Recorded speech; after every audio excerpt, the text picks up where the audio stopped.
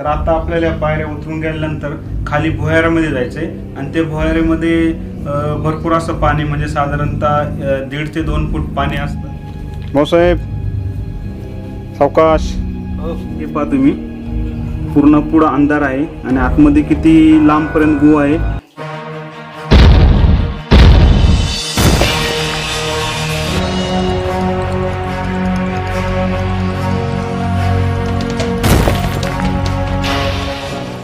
नमस्कार मंडळी, हाच तो कल्याणगड म्हणजेच नांदगिरीचा किल्ला.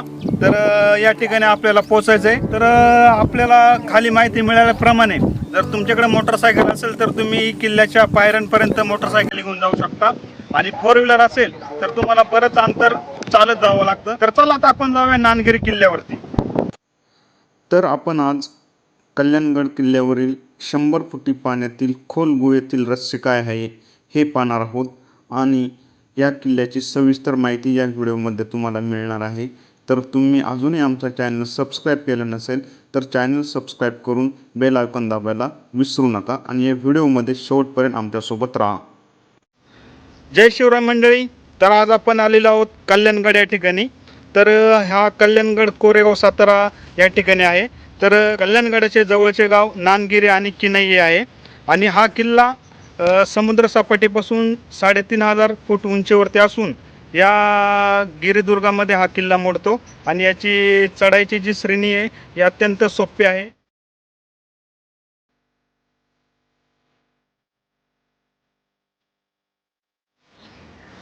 तर मंडळी, आता आपण कल्याणगडाचा जो पायरी मार्ग आहे या पायरी मार्गापर्यंत येऊन पोचलेलो आहोत. तर आता आपण या पायरी मार्गाने जाणार आहेत कल्याणगडाकडे. तर भाऊसाहेबांनी पण आज एक उत्कृष्ट कामगिरी ही केलेली आहे की चालायचं वाचवा म्हणून ज्या ठिकाणाहून 4 व्हीलर येऊ शकत नाही अशा ठिकाणी यांनी 4 व्हीलर घालून गाडी पार एकदम गडाच्या पायथ्याशी आणलेली आहे. पण आपण हा प्रयत्न करू नका, कारण भाऊसाहेब हे आमचे त्यामध्ये एकदम उत्कृष्ट पटाईत आहे, कारण त्यांचा बऱ्याच वर्षापासून हा अनुभव आहे. तर चला आता आपण जाऊया कल्याणगडावरती. तर मंडळी, आता आपण कल्याणगड म्हणजे नांदगिरीचा किल्ला याच्या प्रवेशद्वारापाशी म्हणजे पहिलं जे प्रवेशद्वार आहे ते म्हणजे महादरवाजा या ठिकाणी येऊन पोचलेलो आहोत. तर चला आता आपण या महादरवाजामधून आतमध्ये जाऊया.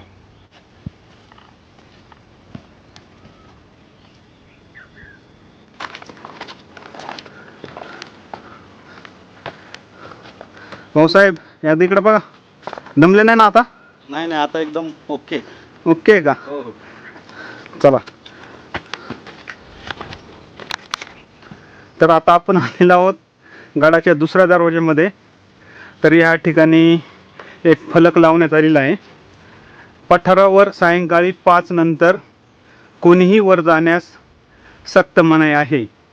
जर आपल्याला या किल्ल्यावरती यायचं असेल तर 5 वाजेच्या आतमध्ये आले पाहिजे, नाहीतर आपल्याला जाता येणार नाही.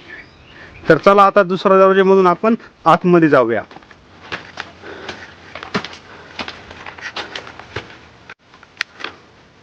दुसरा दरवाजामधून वरती आल्यानंतर आपल्याला या ठिकाणी बजरंगबली हनुमान यांचं एक छोटंसं मंदिर पाहायला भेटतं. भाऊसाहेबांनी आता या ठिकाणी बजरंगबलीचे दर्शन घेतलेले आहे.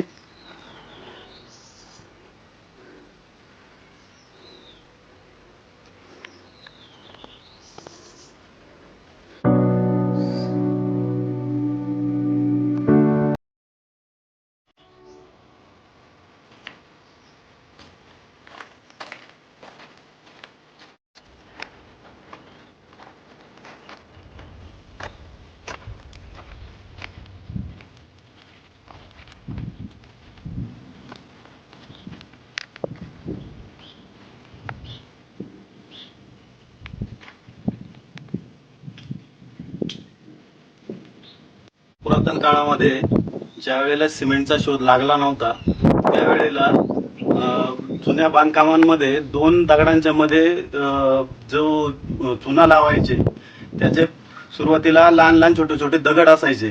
त्या दगडांचा भुगा करण्यासाठी आणि त्याचे पावडर बनवण्यासाठी याचा उपयोग करीत होते. याला चुन्याच्या घाण्याचे चाक असे म्हणतात.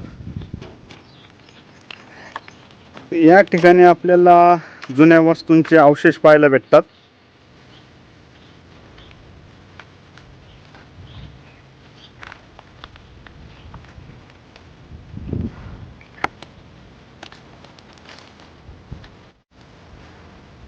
या नानगिरी किल्ल्याची निर्मिती सातारा येथे सापडलेल्या ताम्रपटावरून असं आपल्याला समजते की शिलार राजा भोज दुसरा 1178 ते 1209 या कालावधीमध्ये या किल्ल्याची निर्मिती केली असे आपल्याला समजून येते. इसवी सन 1673 साली शिवाजी महाराजांनी सातारा आणि आजूबाजूचा परिसर जिंकून घेतला. त्यामध्ये ह्या नानगिरी किल्ल्याचा पण समावेश होता. शिवकालानंतर शिवाजी महाराजांचा हा किल्ला जो आहे हा प्रतिनिधींच्या स्वाधीन केला आणि त्यानंतर पंतप्रतिनिधी आणि पेशवे यांच्यामध्ये वितुष्ट निर्माण झाल्यानंतर हा किल्ला पेशव्यांच्या ताब्यात आला आणि सन 1818 मध्ये हा किल्ला जनरल प्रिझलने ब्रिटिशांच्या ताब्यामध्ये दिला. तर हा या किल्ल्याचा इतिहास आहे.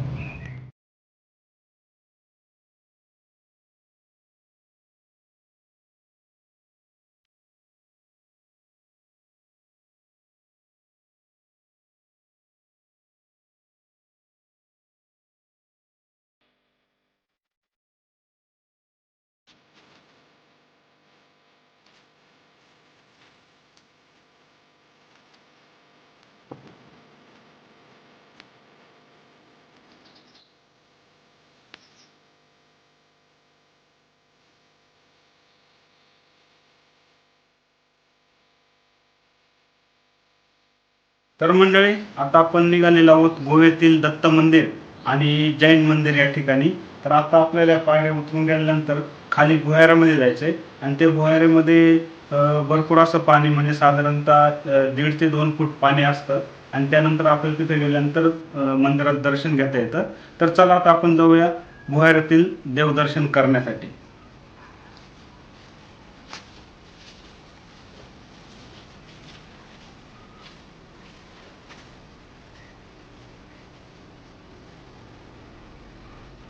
तर या ठिकाणी आपल्याला एक छोटस महादेव मंदिरही पाहायला भेटतं.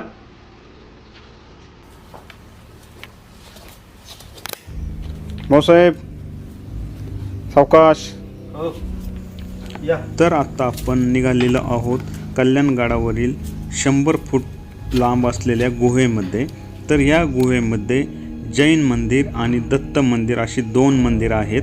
पण ह्या मंदिराच्या दर्शनासाठी आपण पावसाळा सोडून इतर ऋतूमध्ये जाऊ शकतो, कारण ह्या गुहेमध्ये संपूर्ण गडद असा अंधार आहे आणि ह्या गुहेमध्ये आत्ता पावसाळा असल्या कारणामुळे पूर्ण पाणी भरलेलं आहे. तर तुम्ही पाहू शकता की आतमध्ये ह्या गुहेमध्ये तुम्हाला पूर्ण असा अंधार पाहायला भेटतो. आम्ही मोबाईलच्या टॉर्चमध्ये तुम्हाला हे गुहा दाखवत आहे. ॲक्च्युली ह्या गुहेमध्ये जाण्यासाठी आपल्यासोबत एक मोठी टॉर्च असणं गरजेचं आहे आणि पावसाळ्यात तर शक्यतो या ठिकाणी जाऊ नये. पण जर जायचंच असेल तर स्थानिक लोक जर सोबत असेल तरच तुम्ही जाऊ शकता. अन्यथा पावसाळ्यामध्ये नवीन पर्यटकांनी या गुहेमध्ये जाऊ नये. तर आम्ही पण तोच विचार करून आमच्याकडं कुठल्याही प्रकारची टॉर्च वगैरे सोबत नसताना आणि आम्ही दोघेच या ठिकाणी असल्या कारणामुळे आम्ही गुहेत न जाण्याचा निर्णय घेतला आणि सुरक्षितपणे तिथेच थांबून आम्ही दोन्ही मंदिरांचे दर्शन घेतले. तर आतमध्ये पहा, पूर्ण काळोख आपल्याला पाहायला भेटतो. तर अशा या रहस्यमय गुहेमध्ये जाताना आपल्याला एक दोन्ही बाजूनी ग्रिल लावलेलं पाहायला भेटते आणि ग्रिलच्या दोन्ही बाजूनी खूप खोल असे आपल्याला मोठमोठे खड्डे पाहायला भेटतात. त्यामध्ये पूर्ण हे पाणी साठलेलं असतं आणि आता पावसाळा असल्यामुळे वरून पण पाणी टपकत असल्यामुळे आम्ही गुहेत न जाण्याचा हा निर्णय घेतला. तर मंडळी, आपण कल्याणगड हा संपूर्ण फिरून आलेलो आहोत. तर भाऊसाहेब, तुम्हाला काय बोलायचं आहे का? सांगा, 2 शब्द तुमची एक प्रतिक्रिया द्या. कसं वाटतं तुम्हाला इकडं या एकदम सह्याद्रीच्या कुशीमध्ये फिरून आणि निसर्गरम्य वातावरण पाहून आणि एक आपलं 2 ठिकाणी चांगला मोठा 3 ठिकाणी ट्रेक पण झाला. तर तुमचं काय म्हणणं, काय एक मनोगत व्यक्त करा. अजूनपर्यंत मी कधी ट्रेकिंग केलेलं नव्हतं, पण आमचे मित्र शैलेश तांबोळी यांनी त्या ट्रेकिंगसाठी चला म्हणून थोडा आग्रह केला आणि आल्यानंतर सुरुवातीला कधी गड चढायची किंवा एवढं लांब चालायची सवय नव्हती. पण त्यांच्या त्या 2 दिवसाच्या प्रवासामध्ये भरपूर काही शिकून गेलो. त्याबद्दल त्यांचे मी मनापासून आभार मानतो. धन्यवाद. तर असंच पुढच्या वेळेस पण भाऊसाहेब तुम्ही आमच्यासोबत राहाल अशी आम्ही अपेक्षा करतो. तर मंडळी, लवकरच भेटूया अशाच एखाद्या नवीन ठिकाणी. तोपर्यंत आपल्या सर्वांना जय हिंद, जय शिवराय.